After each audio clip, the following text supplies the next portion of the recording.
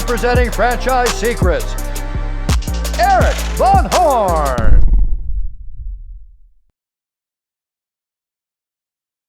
Welcome to the Franchise Secrets Podcast. Eric Van Horn here with today's guest, Trey Powell. Now, I've known Trey for about 20 years. He was the guy that really coached me in franchising from day one in my very first franchise. I thought he knew everything about franchising. He knew just a little bit more than I did at the time, but he had more experience, and he really was a great mentor in those early days of my franchising career. He's a member of the Franchise Tribe Mastermind. I invited him on there a couple weeks ago to talk about recruiting. And man, did he deliver on that message to the Franchise Tribe Mastermind, where he talked all about how to recruit and keep employees. And he had some nuggets in there about how to get reviews from your customers, which was absolutely genius. So we'll get to that at some point, but I wanted to get Trey on here. One, he's a friend. Two, he's in the mastermind, and he's just got such tremendous value to give. So we're going to have some just great conversation today, get some nuggets. And then I'm going to have the second part of this podcast will be the actual mastermind talk that he did about recruiting top talent. So anyway, Trey, welcome to the show. Hey, thanks for having me.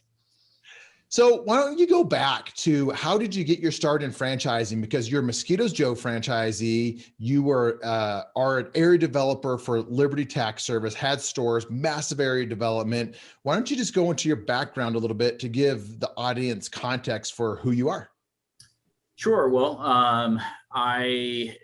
as far as franchising goes, I really came into franchising kicking and screaming, because the first opportunity for me to go into franchising was with Liberty Tax Service, and I have a sales and sales management background, and I had zero interest in income taxes. And in fact, when they were first talking to me about coming, I actually worked at the corporate headquarters selling franchises, and I said, well, you know, this sounds like a great opportunity as long as I don't ever have to do a tax return, not even my own.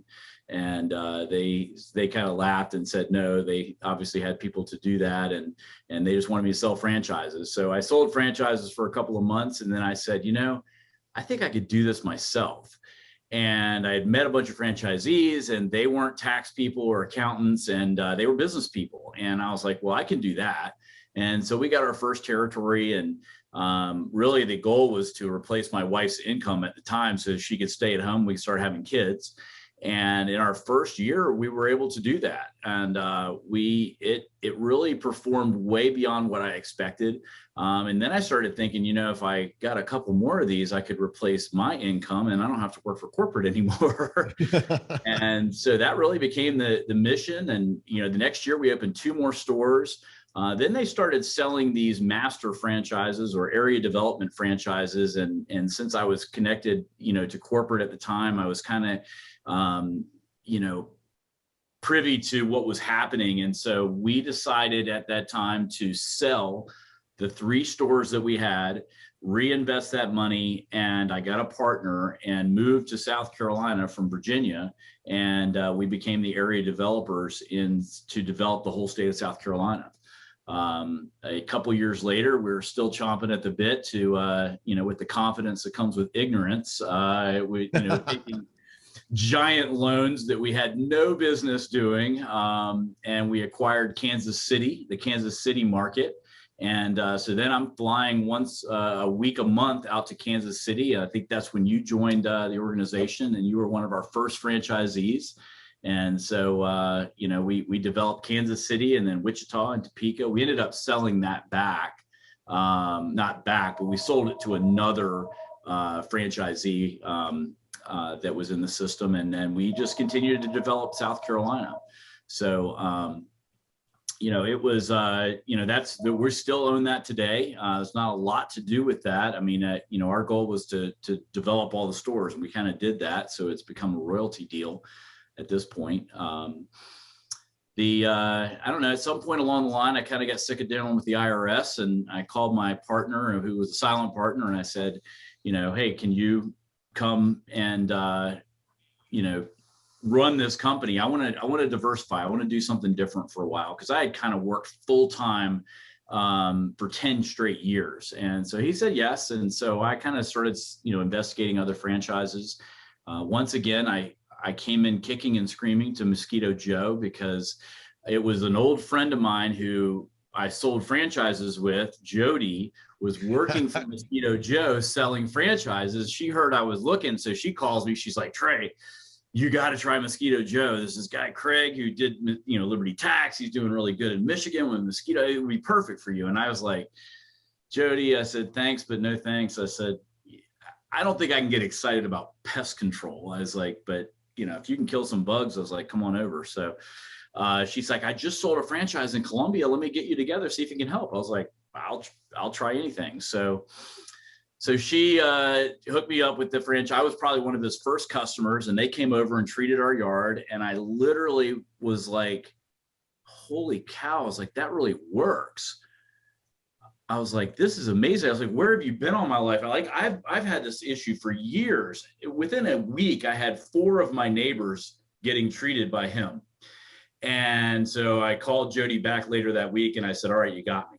I was like, I've already signed up 4 of my neighbors. I was like, you need to tell people about this. This is amazing. Tell me about the franchise. It was probably 30 days later. I was in Virginia Beach signing a franchise agreement for the other side of town. And, that was 7 years ago. And, we're in our 7th year with Mosquito Joe now.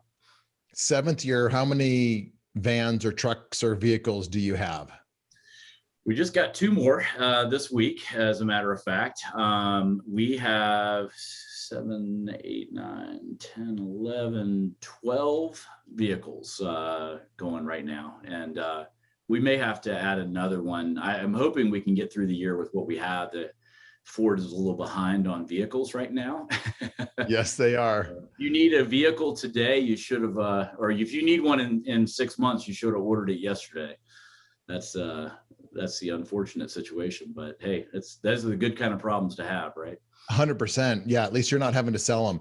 So, Jody, she knew what she was doing. She's a professional at this. She got you hooked. Let's talk about that. I want to pause a little bit or hone in on buying businesses that you don't necessarily love doing the thing that they offer, whether it might be fitness and you don't love the fitness aspect of it, or taxes, you're not a tax geek, or spraying yards for mosquitoes, you don't love the technician spraying aspect of it. I think you and I found myself lucky in the tax business because that was my first business. I didn't enjoy taxes. I never did taxes. I never wanted to, but that was my first entry into real entrepreneurship. And so I that was by default. I learned to work on the business, not in the business. But I know that there are people out there right now that are looking for something that they love, because they hear, if you love what you do, you'll never work another day in your life. And there's truth to that, but there's things that you love about business, or entrepreneurs love about business, that may not be related to the product or service. So what are some of your, what's your mindset around that, being in 2 different businesses that are not something that you are passionate about necessarily? Well, I would have to say, that's a difficult thing, because you always want to do things that you think you like. And I can tell you that, I've been self-employed since I was 17 years old.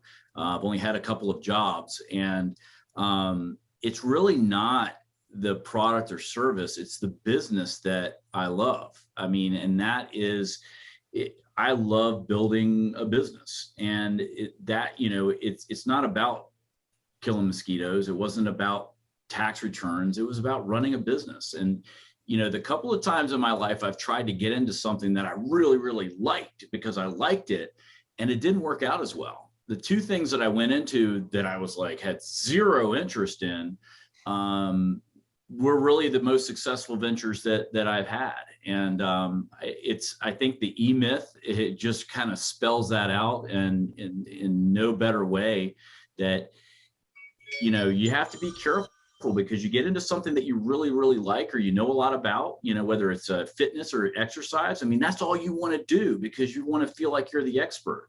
you're much better to be the expert at the business than expert at the product or service that you offer, because you can always hire people to do that. And you don't want to get deep into the weeds. It's unless it's absolutely necessary. I was telling that to my operations manager. I was like, you can't manage this business if you're out running a route. I can't own this business if I'm out on a vehicle treating yards. No one is managing, no one is planning, no one is there doing the back end, the hard work that keeps the thing growing.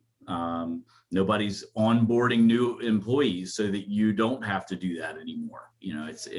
There are hard decisions, but I think we both learned that in our first venture, is that it's really not about that.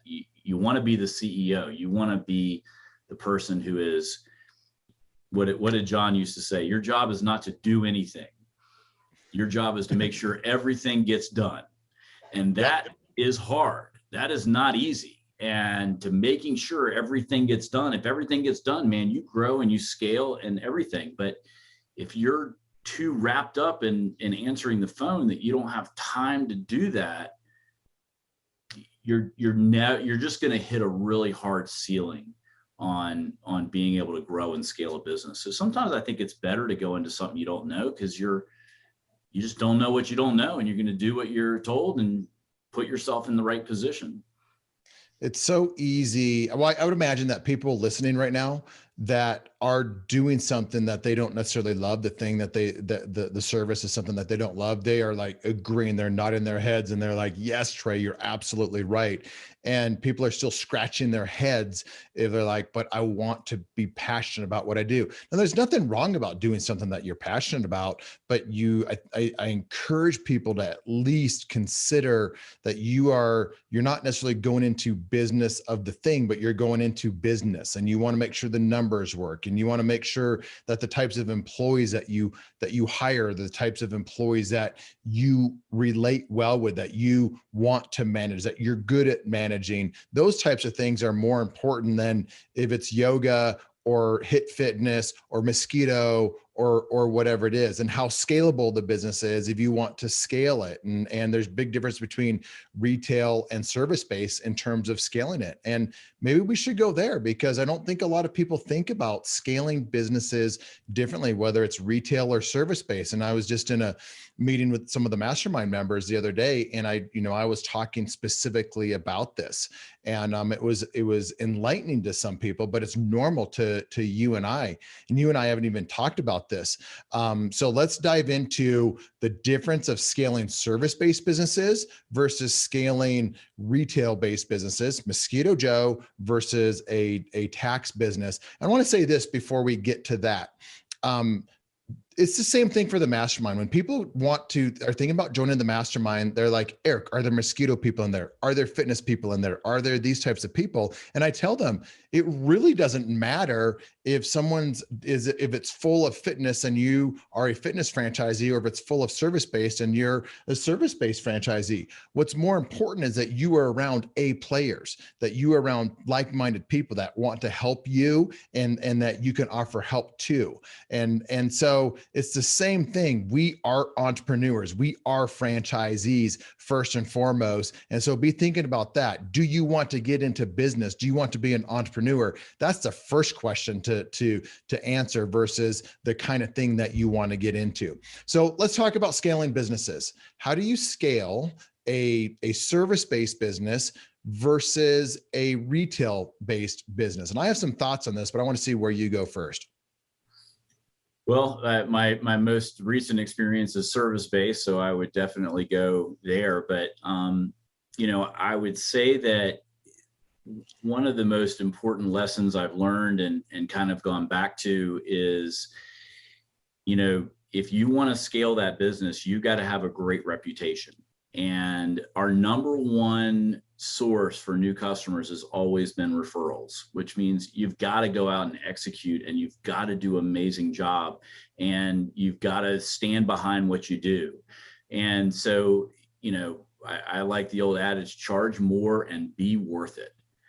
Find ways to beat the competition in service and price will never become a question. I mean, if somebody's going to leave me for a $5 savings, they're going to come back really fast, because that other company is not going to text them 30 minutes ahead, text them afterwards and tell them what they did.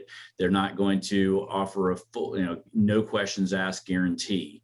Come back and fix what, anything that's not right, and then a money back guarantee if needed. I mean, you want to have the best people, the best vehicles, the best reputation, the best guarantee. Focus on being the best at what you do. And you can do that through other people. I think that a lot of times when people are new in the service, a lot of service-based businesses are like home businesses, and they start with one guy in a vehicle, and and they're trying to answer the phones and do the work. I mean, and that they hit a ceiling really fast. You have to hire people and train them and onboard them and get them in. And you're never going to scale a business quickly if you're doing the work. I mean, that's the work is, your job is to run that business. Your job is to make sure everything gets done. If you're behind the wheel of a vehicle or working with customers and stuff, you're not doing that.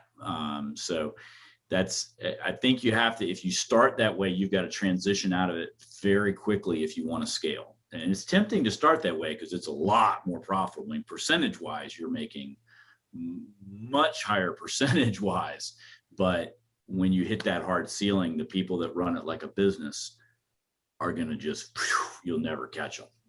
Yep. That's a great point. And I think, if you're thinking about starting a service-based business, you need to think about it as a business right away, and don't get tempted to be the chuck in the truck, to be the technician, to be the person out there, because like you said, that's an easy way to buy yourself a low paying job.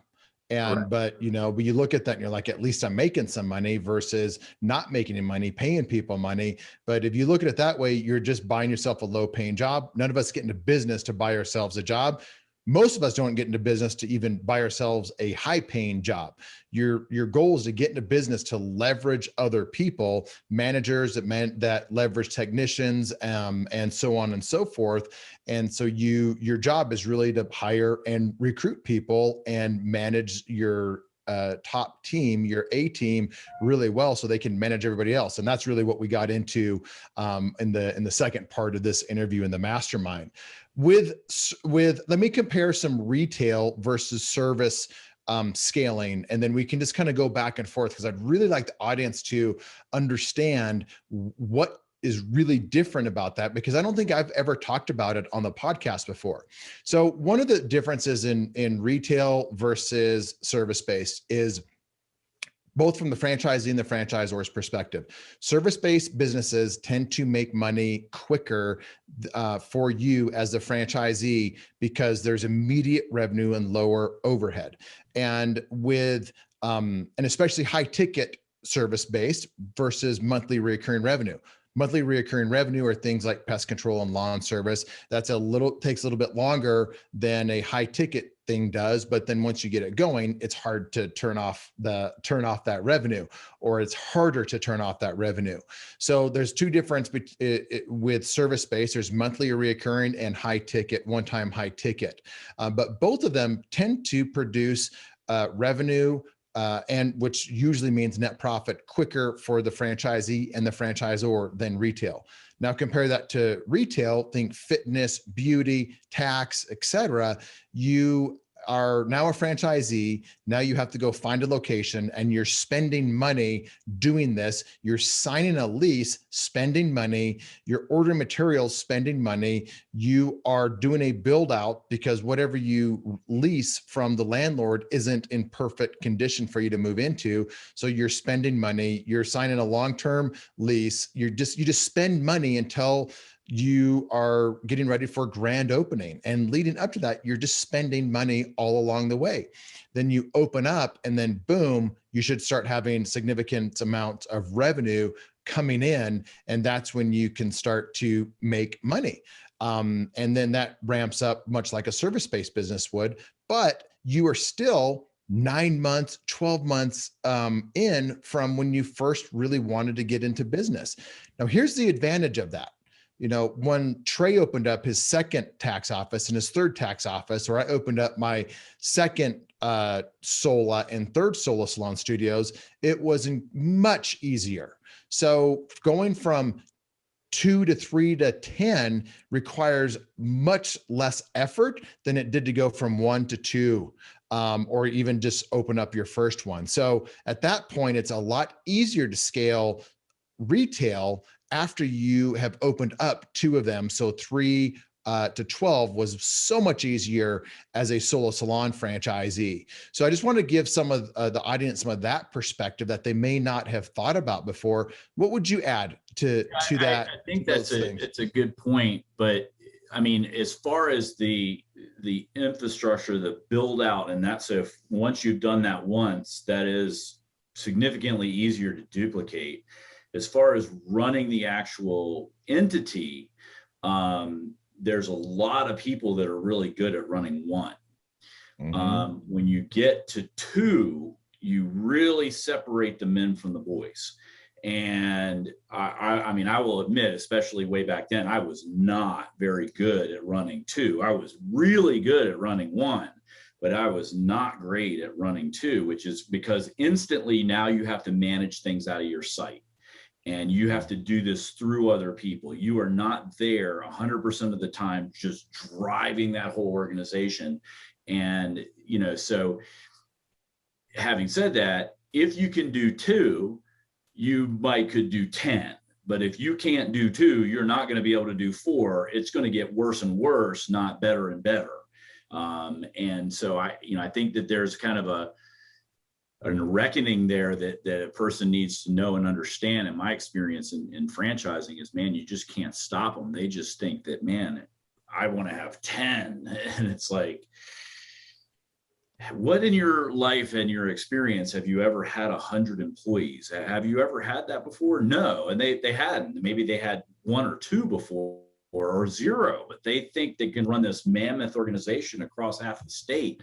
And it's like, you need to find out if you're good at running things out of your sight before you just buy everything on the planet.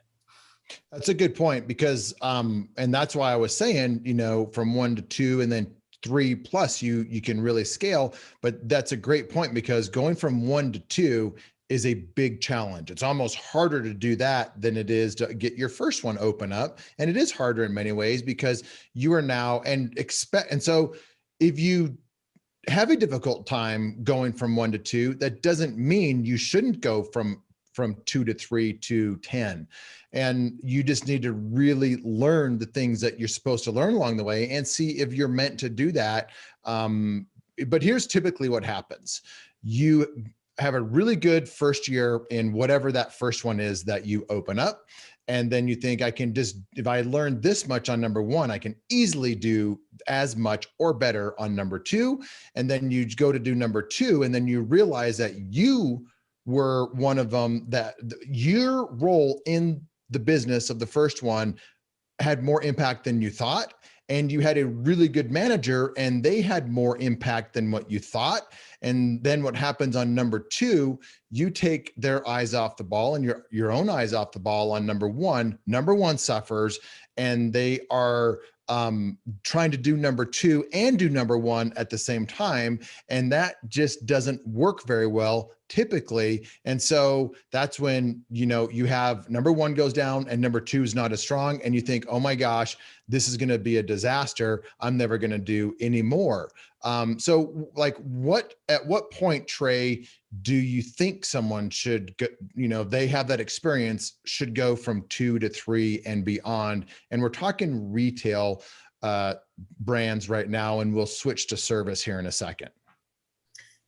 Yeah, and retail and service totally different on this scenario, because you can run a service business for an entire market out of one location and manage it all yourself if you want to do that. And you just have a really, really big business, where if it's retail, you could have 10 or 20 retail locations. That is a completely different game altogether.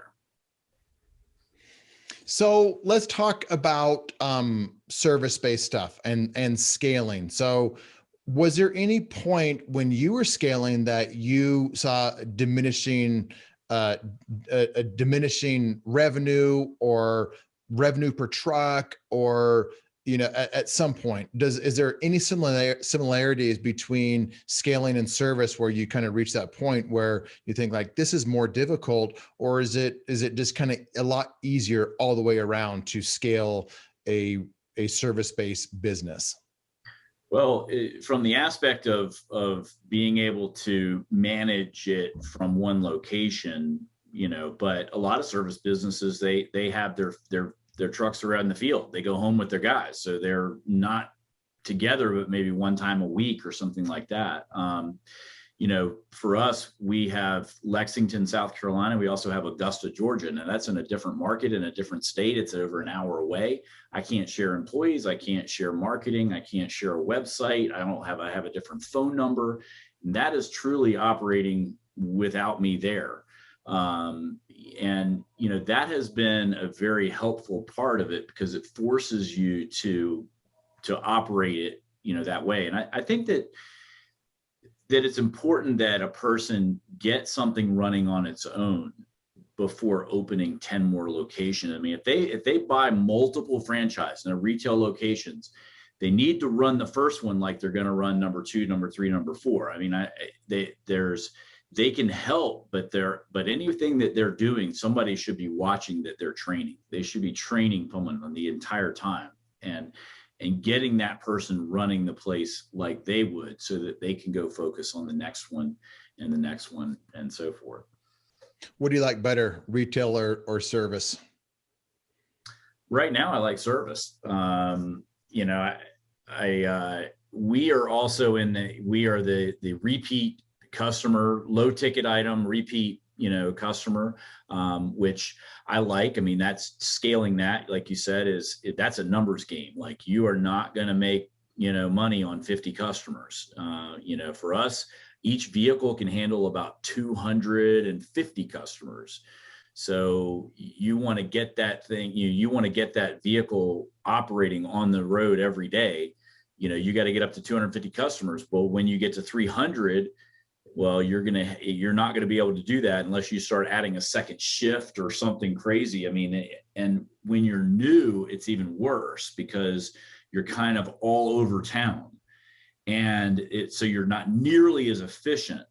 In my first year, we brought on 800 and some customers, and we had 3 vehicles, and those 3 vehicles, now that's 250, that you say has 750. I'm beyond that. Well, not some of them are one-time customers and they didn't stick. We never had more than 600 or so customers operating the first year. The next year we brought on another 670 new customers, but we only added 1 vehicle. We got so much more efficient. And that was a really important thing that we did, is we scaled it as quickly as we could, so that those efficiencies started happening right away in year 2. In year 1, it's really hard to be efficient. I mean, you want every customer you can get, you want the numbers, you want your vehicle in every neighborhood you can get it in, and you just got to build that numbers for a recurring service like us. I don't have a lot of experience to speak on, that's not a recurring, where it's just more of a sales type business. Maybe you can talk about that. Well, let's talk about diversification. In the mastermind, that was a hot topic that we talked about in a meeting a little bit ago. People are always asking, when should I diversify? I've got 3 locations of this or 1 location of that. When should I diversify? Why should I diversify? How should I diversify? So you diversified while you had another business. You diversified. What advice would you give somebody on diversification right now, based off of your experience? Well, the first one was very easy, because I had a partner, and that business was built. I mean, that business was, pretty much that we didn't really have a lot of room to grow. And it was really at a point where it was somewhat operating itself. And I had a partner come in, so I could focus 100% of my effort on something different. And actually, it was a year and a half ago, I almost diversified in this business.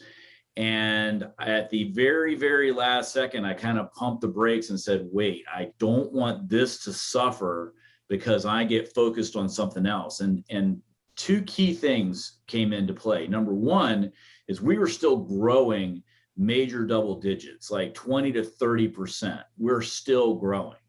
And that's kind of silly because the amount that we were growing was probably more than what I would be able to create out of something new. And if I slowed that down, that was really not very smart. So number two was it really, if I was honest, it wasn't completely really running itself. So at that time, I really went out in search of an office manager. The next year I brought on an operations manager, and I'm working very closely with them right now to not only be able to take over and run the business the way I want it run, but to also continue the growth. I mean, we're up 44% already this year, which is, it's like, keep the pedal on the metal, like don't get distracted. So when the business continues to grow and while they're running it, then I can start kind of tittering with other things. But until we stop growing, I mean, we may start acquiring other, existing franchisees. When that's part of the issue is here, we don't, there's nowhere to go. So we're kind of waiting for that opportunity when somebody says they've had it, to and you and I both know that will come. That comes in just about every franchise system, even though you don't think it will. That opportunity comes up in about every franchise system. You said something long enough, and there will be opportunity. Yep. Yeah. And you told me that early on at Liberty, and I didn't believe it. And John told me the same thing. I didn't believe it. And then, sure enough, it happened sooner than I thought. So I'm a huge believer in that. You said something about, you said, if I'm being honest with myself, the business was not running itself like you want it to be able to diversify like you did on that first one. I kind of paraphrased it or maybe butchered it, but you said something like that. Yeah. So how do you know when the business is running itself? We all think, not we all, I tend to think it's running smoother than it actually is. There's some ways to test it. If you go away for a month or two or three and the business decreases, falls apart, or then it's probably not as ready as you think it is. But if revenue goes up and you make more money being away, then that's probably a good sign. But how do you look at that yourself, knowing if it is ready for you to walk away and run in itself to your satisfaction? Well, it's all about how much time am I really spending? When I'm, we've always taken a beach trip in the summer. So I mean, even in year one, when I had an employee that was a month old, we went to the beach for a week, and that has never harmed us at all. I think that your team can kind of step up and if they like you, they will try and do it better while you're not there.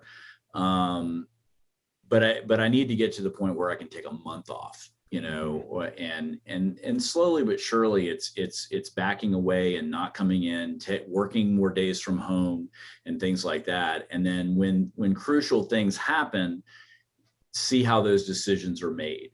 And that's a tough one, because if you're not there, you don't know. And if you don't know what you don't know, then the only version you're going to get is what you hear. So that's a tough one, especially when you're growing and it's making money and so forth.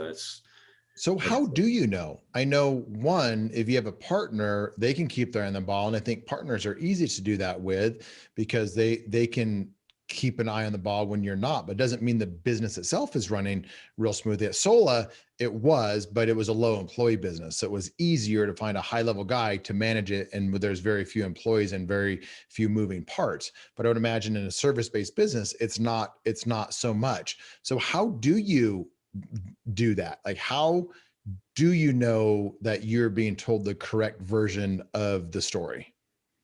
That's a good question. You tell me, because because I'm here, I see things, and that all I can do is wonder, what. I think if I'm thinking about it, if you have one person that you trust And if the stories don't align that you're hearing with two different people, then you really need to be listening to see what might not align with these different stories and what the customers are saying. And if some of those things don't align, or you get bad information, not inaccurate information, but bad information, they're willing to tell you the things that didn't work out and how they fixed it and it didn't work out, that's when I think trust starts to be built. So I would think it starts from having, trusted relationships with your employees and just being open with that. But, you never really know. I mean, at the end of the day, you never really know, but that's why, the numbers speak for themselves too. You can see the numbers going up and the metrics and things like that. So I think you kind of, at some point, you have to manage from your dashboard. You have to manage by the numbers. You have to know leading and lagging indicators. And I know that all of that stuff, but those would be some of the things that I think I would be looking at. Anything else that you would add to that or even disagree with? No, you've got a lot more experience in that framework than I have. You're opening businesses in other states that you've never even seen, and that is you're the man. Trust. It's a lot of trust, and then just trust but verify. And we've heard that for a long time. But you trust but verify, and you do that so many times that trust level just increases. And then I think another thing is hiring the right person, hiring and a higher quality person than the job really entails. So now you have somebody in there that has that owner mindset. They're getting paid more than market value, and they really enjoy what they do. And so I think that that brings a lot of comfort whenever I'm, in a situation like that. Let's switch gears again. It's interesting you said that, because that's exactly what I did in Augusta, where I cannot be there. Is I definitely overhired. Because I'm not going to be there to train on a daily basis, and that has worked out. So, well, there you go. I don't even get to take credit for that, because you just did it. So you know what you're doing. You can't fool me. Markets, different markets. I think it's interesting as people start buying franchises, they think the Denver market, the South Carolina market, it's all pretty much the same. But I know in Denver, there's different parts of Denver that are going to, consumer behavior is going to be different. Facebook ads are going to be different. There's not all markets are created equal. The franchisor might want to tell you all markets are equal. All markets are not equal. We learned that early on in the tax business. It doesn't mean that you're going to do better in one market or the other, because most of the time the franchisee is the X factor. So the franchisors are typically right when they're saying it's more dependent on you as the franchisee versus the territory. But you're in same brand, two different markets. What did you think was going to be similar, and what turned out to be different in those two markets? Well, I honestly, when we did so well when we opened here, that I was opening an hour away, very similar market, actually a little more wealth as far as money goes, same climate. And, I literally thought, man, this is going to be the #1 new office that they've ever had in the company. And I mean, I invested into advertising like crazy, and everything we did there worked a little bit. And I was just pulling my hair out. I mean, it worked, but nothing like it worked when we did it here. And, there definitely are some markets and some territories that will take off. I mean, and where other ones don't. And I don't know rhyme or reason as to why, but you talk to Mosquito Joe franchisees, and one guy owns Arkansas. He owns most of the state of Arkansas. And the first territory he opened just didn't respond as well to the advertising. The second territory he opened just took off like crazy, far surpassed what the first one did. And the first one has always lagged behind. After a few years, then it started taking off. Same people, same management, everything really the same. And so what you say, there is some market, fluctuation to that. And how do you know? That's above my pay grade. I don't know if somebody can put a finger on that. I can tell you that in Augusta, people told me since the day I started, it was going to take 3 years. And I don't know why they said that, but darn if they weren't right, man. In our 3rd year, boom, we finally just started taking off. I'm like, oh my God, thank God. Now this year, in our 4th year, it's actually outperforming on a new customer acquisition rate to our existing territory. That's always been one of the top in the country. And so it's like, wow, now it's something I was going to sell 2 years ago for just dump and sell. Now I'm like, okay, this thing's going to do $1 million. It's just going to take a few years. And, so now it's like, okay, this is a great asset. It just took a little longer, took a little more pain and and just some time, and just keep doing the things that we know work. And it finally took hold. But yeah, that was lesson learned. I was definitely guilty of thinking it was all about me. And I just had to go wave my little magic wand, and it was not true. So some advice to give on that. If you are a franchisee and you just struck gold, it may not be just because of you. There might be things that happen in your territory that just make it a really easy market to do well in your business. So just have that in the back of your mind. It might be you, but the second thing that you open, second business, second territory, different market, may not take off like that. So go into your second market with caution to learn what might be different about that than your current territory. And maybe that's talking to different franchisees just about that. Say, hey, did both of these different markets that you opened up in, did they behave the same way? And if it's yes, then that's great. But you're not looking for the yeses. You're looking for the no. Same operator, different territories, different results. And you want to find out why.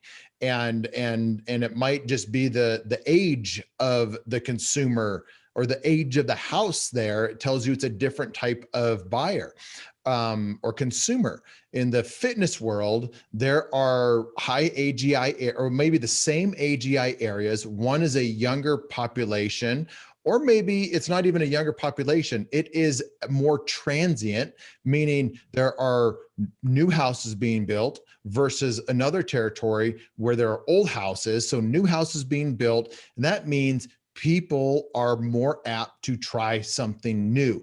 They move in from somewhere and they're ready to get a service, a Mosquito service, a gym membership, whatever it is. And you market to them, and then you can capture new customers easier. That might be one of the things. And that's something that I've seen franchisees miss, is that type of market.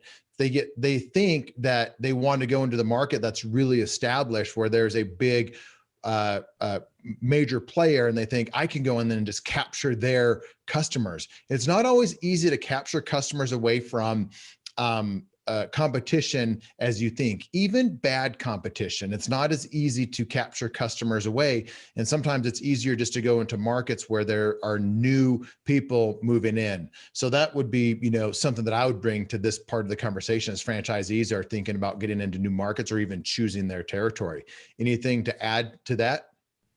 No, it's I wish that there was a magic Bible somewhere that would tell you, but the market can be different. Competition, can weigh in on it, how good that competition is doing and how stronghold that they have. But at the end of the day, there's plenty of business for everybody. You got to just go get it and figure it out in that particular market. I would say one other thing, and then we'll start to wrap things up. On the flip side of it, if you are a franchisee and you are not having as much success as somebody else that you think you should be having as much success as, don't get discouraged with that either, because it might be territory number 2 or 3 that is that easier one for you. Just a quick story on Sola Salons. We opened up our first one. It was an average location. We opened up our second one. The founders of Sola, we thought it was just going to be the rocket ship. And it turned out to be our biggest dog out of 12 locations. It was the worst location. It was hard to make money there. Location number 3, which thank God we signed the lease as we were building out number 2, turned out to be the best location out of all of ours. We couldn't do anything but print money there. We would just make money hand over fist there, and it wasn't us. So we had an average one, number 1, we had a dog, number 2, and the money printer, number 3. Same franchisees, same management team, same everything, but very different outcomes. So don't think you're so good if you're doing so great. Don't think you're so bad if you're not doing so well. That's my advice. Trey, any last bits of wisdom? And I think we're going to, on our next podcast, we're going to just outline we're going to just put the recording up that you did for the Franchise Tribe Mastermind, where you talked to the mastermind about recruiting top talent. You also gave that nugget that I'd never heard before, and I shared it with a few people. They loved about how to get reviews for Google and Yelp and whatever it is, like easy ways to get incredible reviews. We will share that on the next one as well. But any last bits of wisdom based on your experience as a longtime franchisee that you would leave the members with? Well, I think that one of the most valuable things that you get as a franchisee in any franchise organization is access to the number one players in the industry. If you go open your own company, you open I have a friend who has a window washing and power washing company, and it's not a franchise, it's his own thing. It seems like a simple business that you could just figure out on your own. Why do you need a franchise? But, and I had to ask him, I said, who do you go to when you have questions, when you have ideas, when you want to bounce things off of people? And he's like, I'm like, I don't know anything about window washing. He's like, yeah, but you know about business. I was like, yeah, but there is a difference between talking to the number one window washer in the country or the number one power washer and Mosquito Joe. I mean, there's a lot of things I would have to learn about that industry to really give you great advice. And that, so whether you're good or bad, whether you're succeeding or not, or struggling in a franchise, you need to befriend the top people in your business. It is well worth every single penny you pay in royalties, just for that one thing alone. I get more from the community of franchisees, the top community of franchisees, that help me to grow every single year. And anytime I have an idea, I can call friends in Texas and Florida, in Tennessee, in Atlanta, and say, hey, here's what we're doing. What are you guys doing? What's going on with this? If you're out on your own, I mean, that's why it's very hard as a mom and pop business to compete with franchises, because just that alone gives you such a huge advantage. And, remember that the people who talk the most, a lot of times do the least. Misery loves company. And if you are struggling, don't go find other people who are struggling because they share your misery. Go find out what the top people are doing. Go ask, hey, can I be a fly on the wall in your office or in your organization for just one day? Don't get in their way. Don't ask, millions and millions of questions. Just watch what they do and learn from them and see what can you do? Because if you get convinced that you're just doing everything, you're never going to do anything. There's always more to learn. There's always ways to be better. So find the people who are doing better and try and do what they do to get their results. That is probably some of the best advice anybody that's a franchisee could listen to and implement. How do you know if you are doing it? Do you have 5 cell phone numbers of the top 5 franchisees in your cell phone, And have you talked to them in the last 30 days? If you haven't, then you can probably do that and make that a goal. Will you have all 5 on your cell phone in the next 6 months, 1 year? Maybe, maybe not. Will they become your friends in the next 1 year? Maybe, maybe not. But if you don't start now being intentional with that, the answer is they won't be. So be intentional with it. Get to know those top franchisees and serve them however you can. Trey, thanks for coming on. Hey, thanks for having me. Thanks for listening to this episode of the Franchise Secrets Podcast. Whether you're watching or listening, please make sure to subscribe to my YouTube channel and to whatever channel you're listening on. If you want my help with anything from buying a franchise to franchising your business, please visit franchisesecrets.com.